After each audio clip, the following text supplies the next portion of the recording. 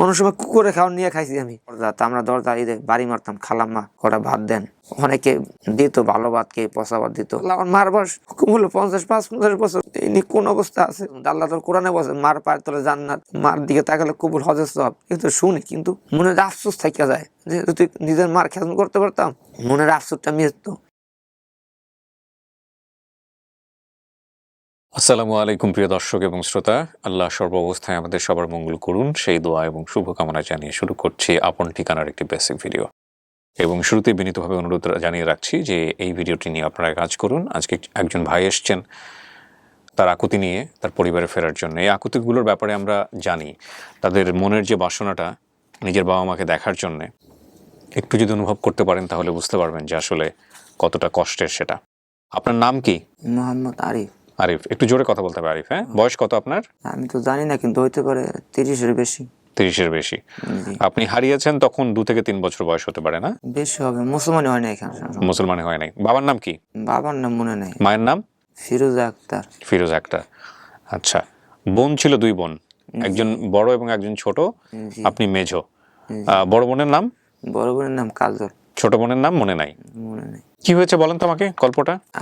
আমার আম্মু অনেক ভালো ছিল, মানে আব্বু আমার আম্মুরে অনেক মারধর করতো, মানে নির্যাতন করতো আমারে না আমার আম্মুরকে। আমার আম্মু দেখতে লম্বা চূড়া ছিল, সুন্দর ছিল। মানে আমার আম্মুর চুল আছে না, লম্বা চুল ছিল। আমার দাদা মনে আছে, লম্বা চুল ছিল। এরপর একদিন ওই কুপি আছে না, কুপির আগুনে চুল পুড়ে গেছিল আমার আম্মুর একদিন। আচ্ছা, এটা মনে আছে আমার। আমার আম্মুর অনেক মারধর করতো আমার আব্বু। অনেক সময় অনেক খাবার দিত না আমাদেরকে, না খায় থাকতাম। আমার বড় বোন অনেক সময় কিছু খাবার, এই যে চিরা হতো, অন্য কিছু আমাদের নিয়ে আসতো পলায় পলায়। দেশ গ্রামে তো কারেন্ট ছিল না, কুপি ব্যবহার করতো, হারিকেন।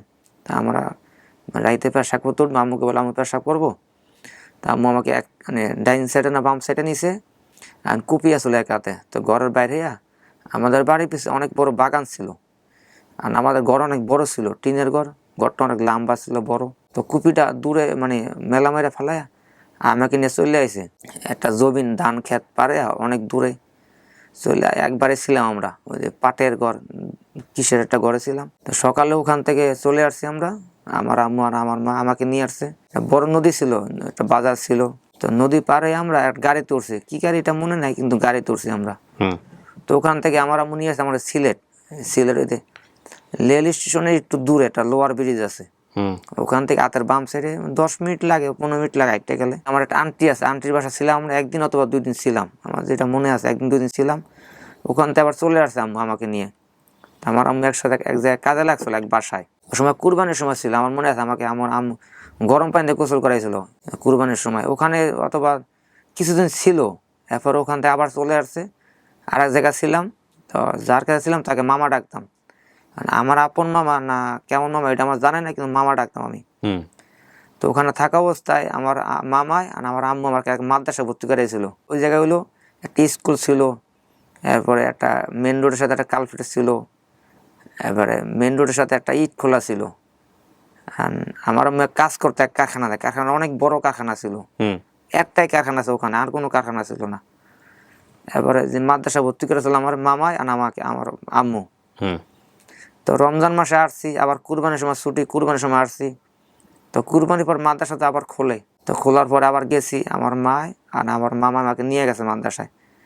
যেদিন আমরা গেছি ওই সময় হইতে পারে অথবা মার্কিবেন আগে অথবা পরে একটু অন্ধকার অন্ধকার ছিল। পায়ের রিস্কা দিয়া মাদ্রাসাতে আমার আম্মু আমার দুধের ডিব্বা দিয়েছিল, কিনে ওদের ডানু টিনের যে ডিব্বা থাকে এগুলো, এবং ব্যাগে জামা কাপড় ছিল, এগুলো ছিল। তা আম্মু আর মামা নামে নাই, আমি নামছি। তাই আমি আমাদের মাদ্রাসার সামনে একটা কালভার্ট ছিল, ছোট ব্রিজ। এরপরে মাদ্রাসার সামনে 2টা পুকুর ছিল। মাদ্রাসা অনেক বড়, টিনের মাদ্রাসা ছিল, মসজিদ ছিল টিনের। এবার রাস্তা ছিল বাঁকা, 2 সাইডে 2টা রাস্তা ছিল, ডাইন সাইডে মাদ্রাসা, আরেক সাইডে রাস্তা আরেক দিয়ে গেছে। এরপরে মাদ্রাসা গেছে ব্যাগ নিয়ে। তো বাবুর্চি বলতেছে ওই দিন ওয়াজ ছিল, ওয়াজ হইতো, মানে 2 রাস্তার মাঝখানে একটা মাঠ ছিল, মানে মাঠ বাগান বা একটু খালি, ওখানে ওয়াজ করতে। আমার হুজুর অনেক লম্বা ছিল, চাপদারি অনেক লম্বা, দেখতে অনেক সুন্দর ছিল। ইনি আবার জিনই করতে পারতো, জিন ধরে বোতলে রাখতে পারতো, আটকাতে পারতো। তো মাদ্রাসা গেছি আমি ওইতে ব্যাগ নিয়ে। তো বাবুর্চি বলে আরে মাদ্রাসা তো বন্ধ। তো এই কথা শুনে আমি সাথে সাথে ব্যাগ থুয়ে আর মেন রোডে চলে আসছি, মানে মাদ্রাসার যে মেন রোডটা। আসার পরে ওই যে রিক্সাওয়ালা যার সাথে আমি আসছি, তাকে দেখা হয়েছে। তো আমি বলি আমি আম্মুর কাছে যাব। তো ইনি আমাকে ওই রিক্সা দিয়ে মানে নিয়ে আসছে, তার রিক্সায়। তো ইনি আসছে বেবি গাড়িতে, ওই যে বেবি ট্যাক্সি যেগুলো লম্বা, এগুলো উঠাইছে। বেবিওয়ালা উঠেছে বাসের মধ্যে, ওই বাস আমাকে আনিয়ে ফেলেছে কালীগঞ্জ, কেরানীগঞ্জ কালীগঞ্জ। এই মানে পরে আর মার সাথে দেখা হয় নাই। তারপর কি হলো? তারপরে যে রাস্তাঘাটে থাকতাম, ওই যে যেমনি মানে মানুষ যেভাবে চলে ঢাকা শহরে, কাগজ টুকা যেমনি চলে। শুনি এই গল্পটা, শুনি কি করতেন? ওই সদরঘাটে কাগজ টুকাতাম, 2 টাকা কেজি 1 টাকা কেজি কাগজ বেচতাম। জীবনটা অন্যরকম জীবন গেছে। তো মানে আল্লাহ পাকের এহসান, নামাজ পড়ে দিনের পরে আসি, তবলিগের সময় লাগাইছি। এখন মানে সদরঘাটে কাগজ টুকায় কাগজ বেচতাম। এবার সদরঘাটে বস্তার ভিতরে ঘুমাইতাম, মানুষ মারধর করতো, বকতো। এরপরে যে পানির বোতল টোকাইতাম লঞ্চের থেকে, পানির থেকে। এরপর আমি কখন ভিক্ষা করি নাই, আল্লাহ পাকে এহসান। কাজ করছি, এই যে পানির বোতলে টোকাইয়া পানি বোতলে বইরা, আগে তো ওই যে বোতলে মানে টোকানো পানি বোতলে বইরা ব্যস্ত, এখন 3 টাকা পানি মানুষে খায়। তো ওগুলো বেচতাম, 5 টাকা বোতল, 3 টাকা বোতল, এইভাবে জীবন চলছে। আমি যখন একটু বড় হয়েছি, আমি কালীগঞ্জ ওপার, আমি ছিলাম কাঙ্গালি ক্লাবে। ও মানে কাঙ্গালি ক্লাব কি, যেখানে মানে গরিব যারা এতে পথ শিশু, তাদেরকে রাখা হয়। রাইতে একবেলা খানা দেওয়া হয়, শুধু অল্প কটা ভাত দেওয়া হয় রাইতে। আর নইলে ওখানে থাকা হয়। তারা আমরা কাগজ টোকাইতাম, বিভিন্ন কাজ কাম করতাম, রাইতে ওখানেই থাকতাম। এখন ওটা অনেক বড় কারখানা হয়ে গেছে। রাইতে একবেলা খানা যেত। তা আমরা তো একবেলা খানা তো হয় না আমাদের। আমরা অনেক সময় বাসা বাড়িতে ভাত টোকাইতাম পলিথিন নিয়ে। আগে তো মানে কলম ছিল না দরজা, তা আমরা দরজা এই যে বাড়ি মারতাম, খালাম্মা কটা ভাত দেন। অনেকে দিত ভালো ভাত, কে পচা ভাত দিত। এইগুলো আমরা অনেক সময় এই কাঙ্গালি কালাবেন না বাগজু করে খাইতাম। আল্লাহ পাক রিজিক রাখছে যেভাবে, এইভাবে খাইছি। এবার আল্লাহর হুকুমে একটু বড় হয়েছি। কালীগঞ্জ বড়িতলা ওই জায়গার নাম। ওই জায়গায় আমি বসে রয়েছি একটা দোকানের সামনে, মানে বসে বসে ঘুমাইতেছি। একজনে বলতেছে, এক ধরনের মেসিয়ার, তার নাম হলো আসলাম। তা আসলাম না সালাম জানি নাম। ইনি বলতেছে, তোমার নাম কি, কি করো? আমি বলছি, আমার নাম আরিফ, কিন্তু আমি কাগজ টোকা এইভাবে মানে চলি। আমি কাজ করবো? আমি যে কাজ তো অবশ্যই করবো ইনশাল্লাহ। ওই সময় তো নামাজ পড়তাম না, নামাজ তো অত কিছু জ্ঞান ছিল না। তো ইনি দোকানে কাজে নিয়ে গেছে, আমার 20 টাকা বেতন দিত। এটা কালীগঞ্জ হিন্দু দোকানের মহাজনের নাম। ওই দোকানে ছোটতে কাজ করছে। অনেক মানুষ আবার মারধর করছে কাস্টমার। মানুষের তো দিল আছে, দিলের ভিতরে মহব্বত নেই। কাস্টমার থাপড় দিত।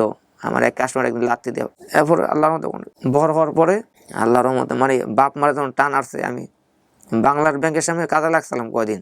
আমি আইটা এই 2টা পাও দিয়ে আমি অনেক জায়গায় গেছি। চট্টগ্রাম আমি সিলেট গেছি 6.5 দিন আইটা। কিন্তু আমি তো জায়গার নাম জানি না, মনে করছি এদিকে গেলে মনে হয় পাইতে পারি। রাস্তাঘাট তো আমি মনে আছে আমার জেহানের ভিতরে আছে। আমার বাড়ির রাস্তা কেমন ছিল, আমাদের বাড়ির সাইডে অনেক খাল ছিল, আঁকা বাঁকা খাল ছিল, মনে আছে আমার। এবারে মাদ্রাসার রাস্তা আমার স্মৃতিতে এখন আছে।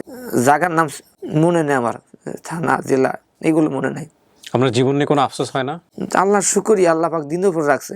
অনেক মানুষ তো নেশাগ্রস্ত হয়ে যায়, নামাজ পড়ে না। নামাজ পড়তে দিনের উপরে আসি, আল্লাহ তালাকে মানি।